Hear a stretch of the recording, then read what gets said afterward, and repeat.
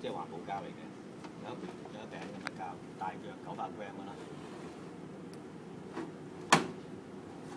咁就穿過嚟咧，就通過呢個 Smart Extruder，佢會加熱溶咗，就噴出嚟，好似煎蛋糕咁樣。經過你個電腦嘅 design，佢就去每一個 X、Y、Z 軸咧，就去點啲膠出嚟啦。咁打印成一個 object 啦。咁你哋需要知嘅咧就係我估計你哋唔需要 low filament 啦，需唔需要？low filament 應該唔需要佢哋㗎啦，不過係咁要好快講得唔得咧？都可以嘅，係咁我講一講。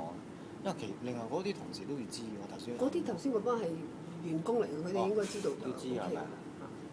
不過 in case 啊，in case 要換咁啦嚇，話一話埋俾你聽啦，咁啊，就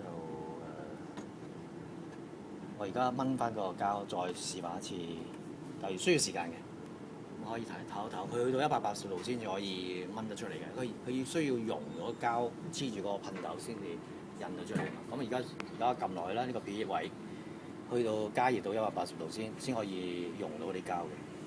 咁而家等佢等一陣，稍等一陣。你180度係度數，唔係轉180度。180度 temperature。跟住我以為咁樣。Celsius。好熱㗎，所以要小心呢個噴頭位，好熱㗎，唔好鬥落去。